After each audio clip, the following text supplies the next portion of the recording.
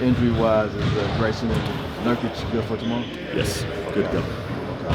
How much has this 3-game winning streak been a product of actually practicing on the court? Do you think? Some of it. Anytime you have an opportunity to be on the court and work on the habits that are going to lead to winning basketball, I shouldn't say it's always productive. You want to make sure that you're managing your guys' legs. That's always the balance that all of us head coaches face throughout the course of the NBA marathon. And sometimes in the season you want to take advantage of 2 straight practice days like we did in New Orleans, and sometimes you want to keep them off their feet. So it's always a balance. When you look at just even those 2 practices in New Orleans, how much was maybe the intensity ratcheted up in those practice settings? Very much. Came off of an embarrassing loss, quite frankly. And when you have 2 days coming off of a loss like that, you have everyone's attention. Right. So you can push them a little harder. Coach, I know you got your start with video film session, being the video coordinator. How does that kind of influence the way you approach it? I know you said that film sessions are really important to instruction, pointing things out. How does that kind of influence? We all have strengths and weaknesses as head coaches, and I've always felt that's one of my strengths. I've learned from 2 of the best in the business, and Rick Pitino and Jim O'Brien, at dissecting the film, understanding how you can use those clips to improve your team. And I think that skill set, obviously, carries a lot of weight in college basketball where I began with those guys. But in the NBA, where practice time has gotten less and less and less over the years, to be able to improve your habits, while guys are sitting in a chair, mentally watching the film, and then have that carry over into the next game is there's just a tremendous value in that. So I feel good about what we do. Not to ask too much into the secrets of the trade, but when you're watching film, do you look for specific things, or do you just kind of let the play out and speak for itself? Like, how do you kind of go about it when you're watching film? Yeah, I mean, there's a lot of layers. When you're scouting an opponent, you're looking for things that opposing teams have done, what you've done in the past. You're putting together a game plan. That's different than watching the game we just played last night. The game we played last night. I asked myself for every possession of the game, why didn't we score? We're on offense. What was the execution piece that led to us not scoring? Looking at the defense, why did we not get a stop? All 100 possessions, there's a reason why we didn't get a stop on that play. Some of it is you play good defense and you force the shot you want, you live with that type of shot. Some of it is, this is the coverage that went into that possession, and we didn't execute it well enough. Maybe we didn't get the box out. Maybe there was a high volume of transition plays. So you just evaluate why you didn't score, why you didn't stop, and you try to reach perfection. During those particular film sessions, has there been any players that's vocal or that kind of speaks out? Book's the most vocal in our film sessions, but a lot of guys will speak out on their clips who are teaching and correcting, and a lot of times we'll ask guys like, hey, Nurk, what are you seeing on this play? What's your read? And ask them to engage a little bit more. But Book's been our most vocal guy we've seen this group. Grayson last night shouted out Book on defense as well with his communication. Over the years, we've seen him kind of grow into that leader, but with your perspective, I'm curious, as the guy here for 1 year, how you've evaluated him as a leader and how vocal he is. Yeah, as good as anyone I've been around. His IQ of a game, obviously he's got the reputation of being an assassin scorer, but his defensive IQ is one of his greatest strengths. He's got a great feel for the game plans we're putting in, the details that go around executing those. It's not just the 2 guys on the ball. Like, he's always pointing out like a weak side defender can be in more, or if there's a 3-man eye on the backside, that only 2 guys got to be in and the 3rd guy's got to be ready to get to the backside. He really is detail oriented in that regard, and again, it's one of his strengths. When you look at the 2 games that you coached Booker against New Orleans, what has you guys or Booker been able to do that's led to those kind of? You gotta ask him that. I just get out of his way. I give him the ball. I say, hey, give Book the ball, and then he goes nuts. He goes bananas. So you have to ask him that. But there are situations where where he frees himself up, but then there are actual plays where he's able to get his look. So it's a balance of letting him be free, but seeing he's hot and figuring out different ways to get him the ball. Yeah, we know how to get him the ball in all the ways that we can, whether it's post, pin downs, pick and rolls, off-ball split action, and we know what kind of coverages they're going to see. And we continue to just, just for all of our guys, make sure they're reading the coverages the right way and seeing some of the soft spots where they can get to a three-point pull-up, or situations where they can race a big, like all those types of things we game plan for. I mean, we talk a lot about game planning being like, how are we going to scheme defensively? But the offensive game plans that our coaches put together, that I instruct our guys with those types of reads, they're high level as well.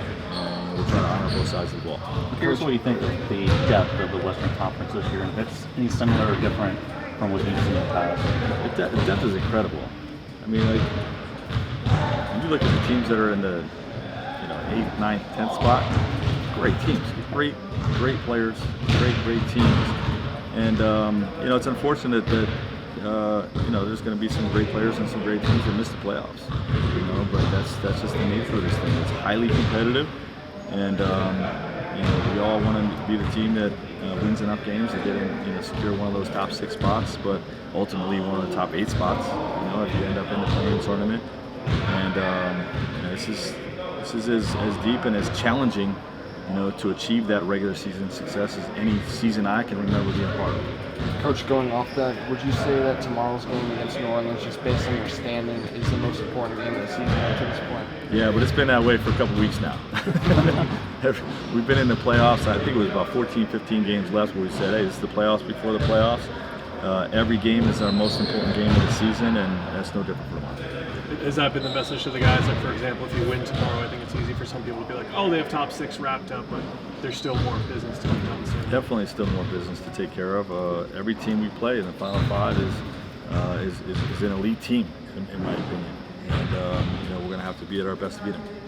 Devin, how much do you think just having actual court practice time has led to this recent stretch of wins for you guys? I'd say it plays a part. Preparation is super important, but the communication throughout the practices and the film sessions, I think, has been most beneficial. When you look at those 2 practices in New Orleans, how much was the New Orleans? How much was it the intensity raised during just having those 2 days of practice? Was it raised up a level, you think? I think it started before that. I can't even backtrack the games. Was it OKC before that? And was it one other game? Denver we played well. The San Antonio loss, I'd say, that's when things geared up. Okay. Now, Coach says that you're the most vocal in the film sessions. When did you get to that point where you felt like, okay, I need to talk more in these things? What things are you usually discussing those? I mean, I just feel, film sessions and practices should, all be collaborative, and, the coaches have a perspective, and I think at the same time we're the players, we're out on the court, so saying what, we feel and, we see, to make sure that everybody's on the same page.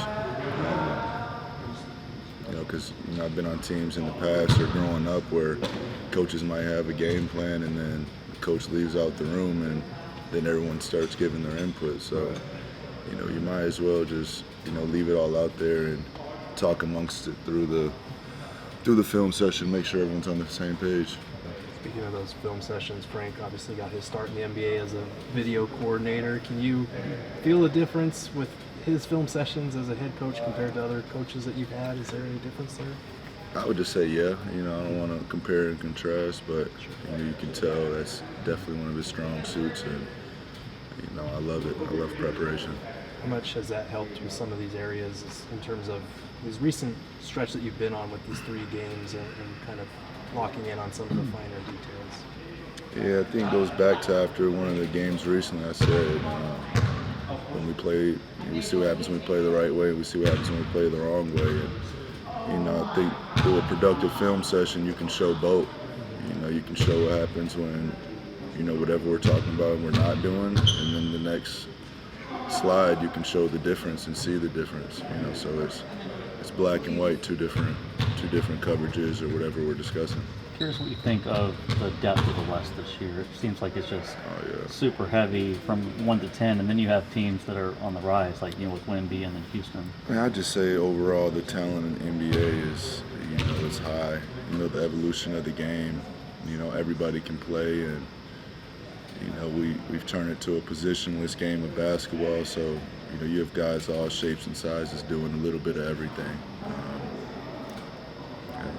What are you expecting different from knowing Willie so well? What are you expecting to see different from New Orleans, considering what you've done against them the last 3 times? Should be more aggressive, probably more physical from the start. I know they've lost a few games in a row, and understand this game is important. So it's going to be high level, high intensity.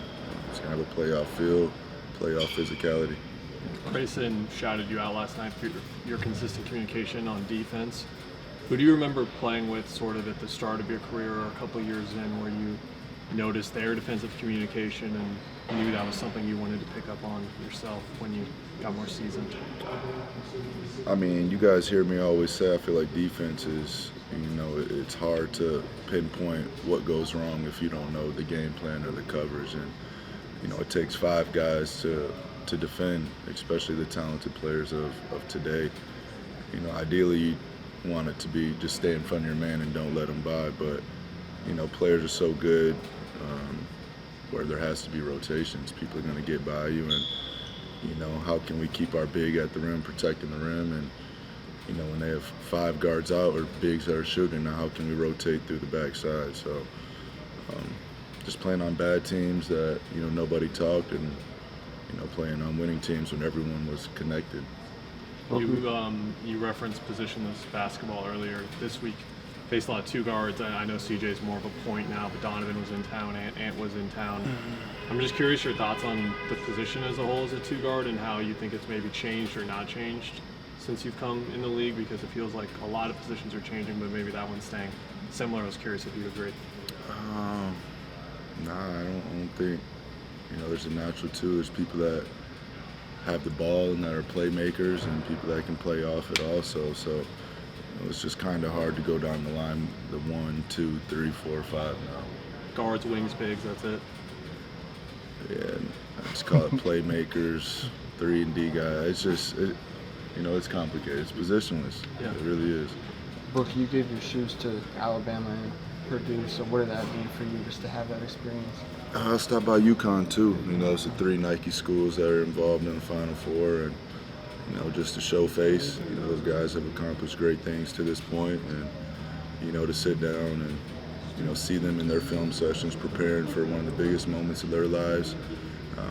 Just threw me back to a decade ago, and I remember when I had to go through it, and it's just the biggest stage in basketball right now, and definitely in Phoenix. So they can make some memories that can last forever. You got to size up Zach Edey. How would you guard him? That's somebody zoomed in on the photo of our hand shaking. It looked like I had a baby hand. It's a big guy, and he's been doing some impressive things. When you look at, obviously, with your Coco 5 collaborating with the American Cancer Society to fight cancer, what that mean for you personally to have that kind of collaboration, and obviously for a very important. Yeah, just gain awareness and keep the fight going. Super important. To shed light to it. I know a lot of people that have to deal with it, and it's a tough thing to handle. So the more light we can shed to it, the more money we can raise for awareness, the better for us. Big honor for Walter Davis, Yeah. Hall of Fame. Just your thoughts on him getting there. I mean, legend. Great class too. I love everybody involved. So it's super special, especially for the Suns organization. He's done everything to deserve it. What were your thoughts on it? I'm sure when you heard about him and saw him on the charts here, when you got here, you went back and watched him a bit. What are your thoughts just on the game that he played? Hooper. I would love to play back then. But he's one of the guys that, could translate to every level. A lot of points, a lot of assists, a lot of things for me to catch. It's weird to watch like bucket hitters that long ago. Yeah. Like it's been here the whole time. Seriously. Yeah.